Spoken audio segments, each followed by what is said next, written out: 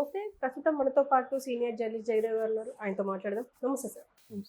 Sir cinema థియేటర్లు తెలంగాణలో close చేస్తాం. అంటే సింగిల్ స్క్రీన్‌లు. మల్టీప్లెక్స్‌లు యథావిధిగా నడుస్తాయి. కానీ సింగిల్ స్క్రీన్‌లు క్లోజ్ చేస్తామని చెప్పేసి ఒక స్టేట్మెంట్ వచ్చింది. అంటే ఆ థియేటర్లు క్లోజ్ చేయడం మీద అంటే చాలామంది వ్యతిరేకతను చూపిస్తున్నారు. ఎందుకు అంటే చిన్న సినిమాలు రిలీజ్ అవ్వట్లేదు. చిన్న సినిమాల వల్ల మాకు లాస్ వస్తుంది అని కూడా చెప్తున్నారు వాళ్ళు. అయినప్పటికీ అందులో పనిచేసే వాళ్ళకు వీటికి ఇబ్బంది అవుతది గదా! అని జెప్పి చాలామంది మాట్లాడుతున్నారు. ఈవెన్ థియేటర్‌లు అన్ని రోజులు క్లోజ్ జేస్తే ఏం లాభం అని కూడా మాట్లాడుతున్నారు. మీరేమంటారు దీనికి? ఎవరి వెర్షన్ వాళ్ళది కరెక్ట్ అనిపిస్తుంది ఈ సందర్భంలో. ఎందుకంటే ప్రతీది కూడా సిస్టమ్ ఎట్లా అయిపోయిందంటే కరోనా ముందు, కరోనా తర్వాత అన్నట్టు అయిపోయింది. మీరు అబ్జర్వ్ చేస్తే వాళ్ళకు కూడా థియేటర్స్ ఓనర్స్ కూడా నిర్వహణ వ్యయం ఎక్కువైపోయింది. ఇప్పుడు ప్రతిదీ స్లాబ్ సిస్టము, ఎలక్ట్రిసిటీ బిల్లు బీభత్సంగా ఉంటుంది, మెయింటెనెన్సు, అంత పెద్ద థియేటర్ క్లీన్ చేయాలంటే హౌస్ కీపింగు, సరికదా బాయ్ లేదంటే gate man, ticket booking clerk, operator, ఎంతమంది. మీరు అన్నట్టు చిన్న సినిమాలకి కలెక్షన్స్ రావట్లేదు అని అంటే జనాలకు ఎలా అయిపోయిందంటే ఓటీటీ అనే ప్లాట్ఫాము అని, యూట్యూబ్ అనే ప్లాట్ఫామ్ కానీ లేదా నెట్వర్క్ సోషల్ మీడియా ఏదైతే ఉందో దీని ద్వారా కానీ కొద్ది రోజులు ఏముందిలే గుట్ల చింపేసుకొని వెళ్ళి చూసే అంత సినిమా ఏం కాదు కదా, 4 రోజులు అవి చూడొచ్చులే అనే ఫీలింగ్ ఒకటి. ఒకప్పుడు ఎలా ఉండేదంటే నాకు తెలిసి నేను చిన్నప్పుడు కూడా నాకు బాగా గుర్తు, పాత సినిమాలు కూడా మళ్ళీ వచ్చేవి తెలుసా అండి.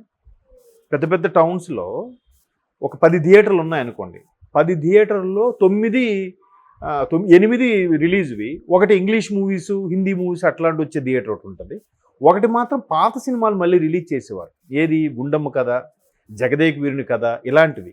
మళ్ళీ ఈ శివరాత్రి, దసరా, సంక్రాంతి వస్తే మళ్ళీ మిడ్ నైట్ షోలు వేయడం, పాత సినిమాలు తెచ్చివేయడం, అలా చూసేవారు. ఎందుకు?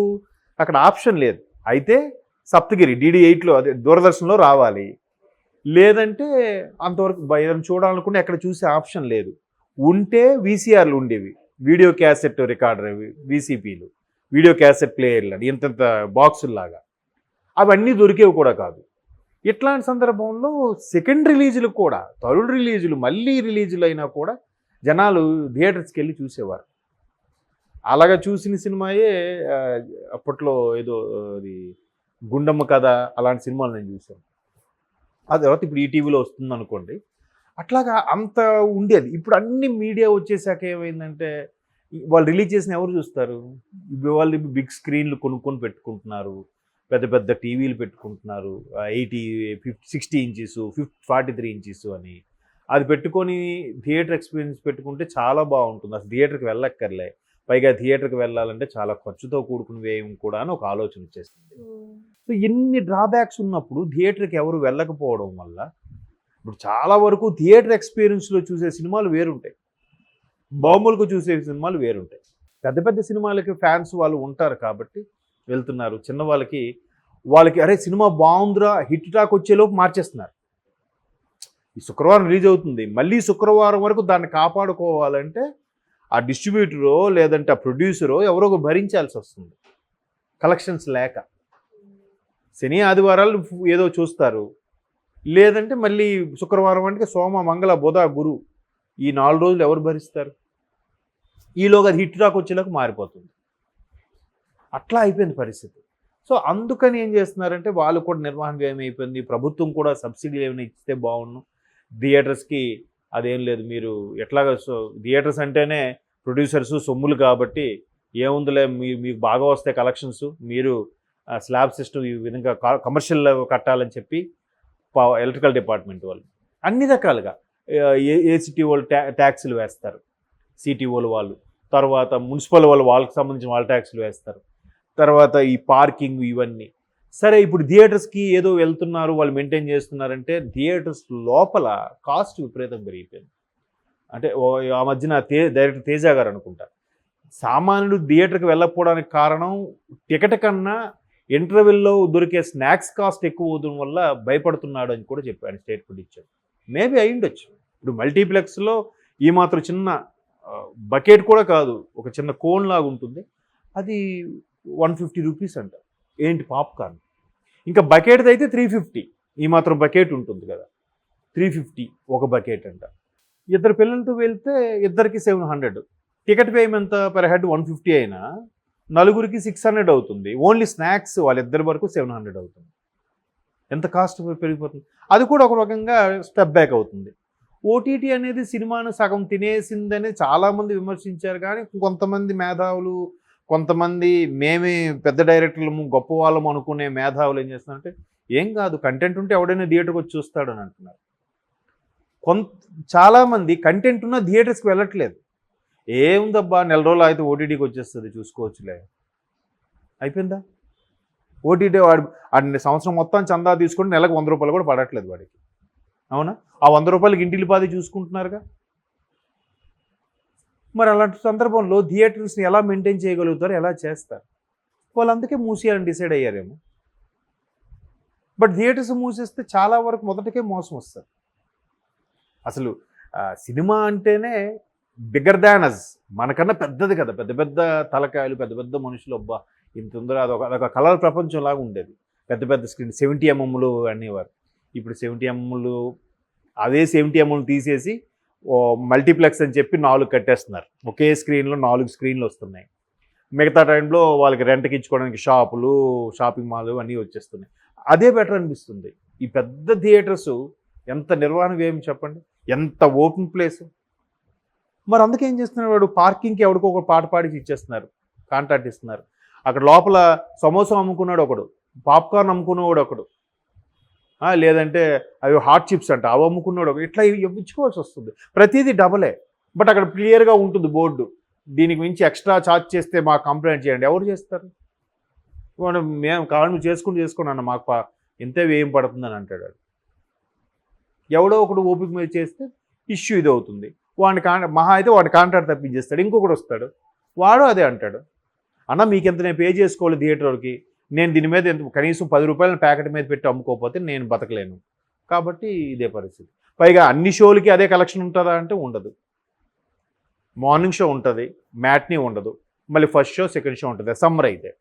మిగతా రోజుల్లో చెప్పండి, మిగతా రోజుల్లో కూడా మ్యాట్నీ చాలా తక్కువ మిగతా షోస్తో పోల్చితే. అందుకే మీరు ఇంకా మా చిన్నతనంలో కూడా మీరు అబ్జర్వ్ చేస్తే మొదటి ఆట రెండో ఆట అంటారు, ఫస్ట్ షోకి సెకండ్. ఇప్పటికీ ఫస్ట్ షో సెకండ్ షో అంటే నాకు చిన్నప్పుడు అర్థమయ్యేది కాదు. ఫస్ట్ షో అంటే స్టార్టింగ్ ఇదే ఫస్ట్ షో కదా అని అనుకునేవాడిని. Morning show, matinee, first show, second show అనేవారు. ఫస్ట్ షో అంటే ఆ రోజులో మొదటి షో అంటే ఏంటి అర్థం, మార్నింగ్ షో కదా. ఫస్ట్ షో అంటే మార్నింగ్ షో అనుకునేవాడిని. కానీ ఫస్ట్ షో అంటే ఈవినింగ్ షో 6 o'clockకి. సెకండ్ షో అంటే నైట్ది కదా. మ్యాక్సిమం అందుకే చిన్నప్పుడు మీకు గుర్తుందో లేదో, నాకు చిన్న గుర్తుందనమాట. పేపర్లో కూడా తెరపై ఈనాడు అని ఈనాడు పేపర్లో వేసేవాడు అనమాట. వేస్తూ మార్నింగ్ షో మ్యాట్ని రెండు వేరే ఒక సినిమా ఆడేది, ఫస్ట్ షో సెకండ్ షో వేరే సినిమా ఆడేది. మీకు ఐడియా ఉందా? అట్లా వచ్చేవన్నమాట. ఇప్పుడు అదేది లేదు. అంత అంత అంత ఇంట్రెస్ట్ ఉండేది సినిమాలకు వెళ్ళాలి చూడాలి అంటే. మ్యాక్సిమం ఈ మొబిలిటీ, ఈ నెట్వర్కింగ్ రాని రోజుల్లో మనుషులకి, ఎస్పెషలీ తెలుగువారికి కానీ భారతీయులకు కానీ the one and only entertainment ఏంటంటే సినిమా. తప్పితే పార్క్ లేదా పిల్లల గేమ్స్, అంతే కదా. ఆ పండగలప్పుడు కలుసుకునేవారు అంతే. ఇంకా ఎంటర్టైన్మెంట్ అంటే సినిమానే. ఊర్లలో పండగలు వచ్చినా తెర కట్టి వేయడం అన్నీ జరిగేవి కదా. ఇప్పుడు అవే జరగట్లేదుగా. అంటే సినిమాకి చూసుకునే ఆప్షన్స్ పెరిగిపోయాయి కాబట్టి, ఎవరు ప్రయారిటీ ఇవ్వట్లేదు కాబట్టి వాళ్ళకి కూడా మెయింటైన్ చేయాలంటే ఎంత కష్టం. చూస్తున్నారు. మీకు తెలుసా ఎన్ని థియేటర్లు కళ్యాణ మండపాలుగా మారిపోయాయో, ఎన్ని థియేటర్లు గొడవలుగా మారిపోయాయో. అంతెందుకు ఇక్కడ మన ఎంజే మార్కెట్ దగ్గర ఒక థియేటర్ ఉంటుంది. ఆ థియేటర్ ఇప్పుడు ఎప్పుడూ గొడవలుగా మారిపోయింది. ఇప్పుడు వినాయక చవితి వస్తే అక్కడ వినాయకుడి బొమ్మలు మట్టితో తయారు చేసి పెట్టి అమ్ముతూ ఉంటారు. ఆ లోపలికి వెళ్తే మొత్తం ఆపరేటర్ రూము, బాల్కనీ, బాక్స్ అవన్నీ అలాగే ఉన్నాయి. వాటిలో వినాయకుడి బొమ్మ మట్టితో తయారు చేసి పెట్టి అమ్ముతూ ఉంటారు వాళ్ళు. ఎక్కడ వెస్ట్ బెంగాల్ నుంచి ఎక్కడి నుంచి వచ్చేవాళ్ళు అట్లా వాడుకుంటున్నారు దాన్ని. కొన్ని దగ్గరలో అయితే దాన్ని ఏమంటారు, కొన్ని రైస్ మిల్లు అయిపోయి, కొన్ని కళ్యాణ మండపాలు అయిపోయి, కొన్ని అట్లా పాడుబడిపోయి వదిలేశారు. ఇట్లా చాలా ఇబ్బంది. మల్టీప్లెక్స్లు పర్వాలేదు, కానీ మల్టీప్లెక్స్ అంటే ఆల్ టుగెదర్తో వాళ్ళకి ఏదో పర్వాలేదు అనిపిస్తుంది. సింగిల్ థియేటర్ అనేది చాలా ఇబ్బంది అవుతుంది. మళ్ళీ ఇప్పుడు చిన్న చిన్న థియేటర్లు కడుతున్నారు, కానీ ఒకప్పుడు పెద్ద థియేటర్లు ఉండేవి, చాలా పెద్ద ఆడిటోరియం లాగా ఉంటాయి అవి. ఆ థియేటర్లో సినిమా 50 రోజులు ఆడిందంటే మిగతా థియేటర్లో 150 రోజులు ఆడినట్టే. అంత పెద్ద కలెక్షన్ దగ్గర దగ్గర 700, 800 సీటింగ్లో ఉండేది. ఇప్పుడు అంత లేదు. కాబట్టి వాళ్ళ సమస్య కూడా వాస్తవమే అనిపిస్తుంది. బట్ ఒక ప్రొడ్యూసర్ అనేవాడు సినిమాయే తీయకపోతే ఇట్లాంటి థియేటర్లు మూసేయడం వల్ల ఇండస్ట్రీ పడుకుంటుంది కదా. వాళ్ళ మీద 24 క్రాఫ్ట్స్ ప్రత్యక్షంగా పరోక్షంగా ఒక సినిమా రన్ అవుతుందంటే 2000 మంది ఆధారపడతారు, బతుకుతారు. వాళ్ళందరికీ మళ్ళీ ఫుడ్ అందరూ అంటే నేను జూనియర్ ఆర్టిస్టులు 24 క్రాఫ్ట్స్ సంబంధించిన వాళ్ళు, జూనియర్లు, సీనియర్లు, అసోసియేట్లు, వీళ్ళందరూ కలిపితే ఎంతమంది డిపెండ్ అయ్యి బతుకుతారు కదమ్మా. మరి వాళ్ళందరికీ ఫుడ్ పోయినట్టేగా. దానికే కాదు, వాళ్ళు సినిమాలు తీయకపోతే రేపొద్దున సోషల్ మీడియా పరిస్థితి ఏంటి? దాని మీద డిపెండ్ వచ్చే ఈ దాన్ని ఏమంటారు, స్క్రిప్ట్ రాసేవాళ్ళు, తర్వాత క్రిటిక్స్ విమర్శలు చేసేవాళ్ళు, రివ్యూస్ రాసేవాళ్ళు, వీటందరి పరిస్థితి ఏంటమ్మా? చూద్దాం ఇలాంటివి షార్ట్ అవుట్ అవ్వాలంటే ఏదో దీనికి మించిన మార్గం ఏమైనా వస్తుందేమో చూడాలి. Okay sir, thank you.